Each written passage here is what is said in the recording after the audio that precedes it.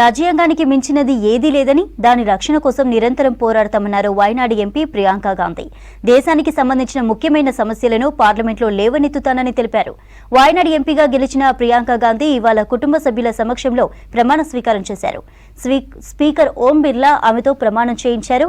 సభలో రాజ్యాంగాన్ని చేతిలో పట్టుకుని ప్రమాణ స్వీకారం చేశారు ప్రియాంక గాంధీ.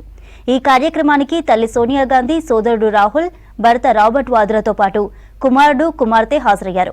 కేరళ సాంప్రదాయాన్ని ప్రతిబింబించేలా కాసాపు చీర ధరించి సభకు వచ్చారు ప్రియాంక.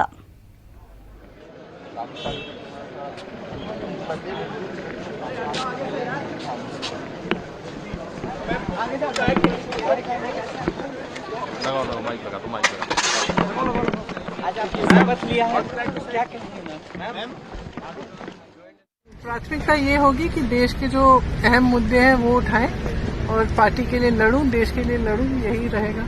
तो मजबूती मिलेगी राहुल जी को, कांग्रेस पार्टी को, और मेरे ख्याल से जो संविधान के जो असूल हैं उनको मजबूती मिलेगी, क्योंकि हम उसी के लिए लड़ रहे हैं। हमारे लिए संविधान से ऊपर कुछ नहीं है। हमारे लिए जो संविधान है, जिसके असूलों पर इस देश की नींव डली है, उसी के लिए हम लड़ रहे हैं और लड़ते रहें।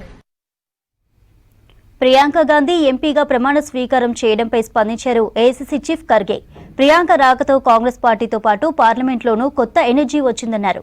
సభలో ఆమె మహిళల సమస్యలను లేవనెత్తుతారని చెప్పారు. అలాగే పార్టీతో పాటు ప్రజలు, దేశంలోని మహిళలకు లబ్ధి జరుగుతుందన్నారు కాంగ్రెస్ పార్టీ చీఫ్ మల్లికార్జున ఖర్గే.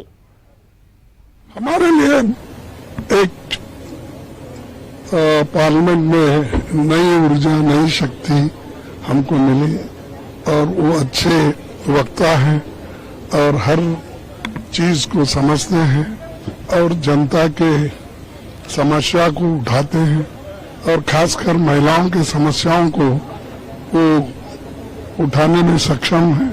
इसलिए बड़ी खुशी की बात है कि हमारी पार्टी में वो पार्लियामेंट मेंबर बने और उसका लाभ हमारे पार्टी को होगा, जनता को होगा और देश के लोगों को होगा, खासकर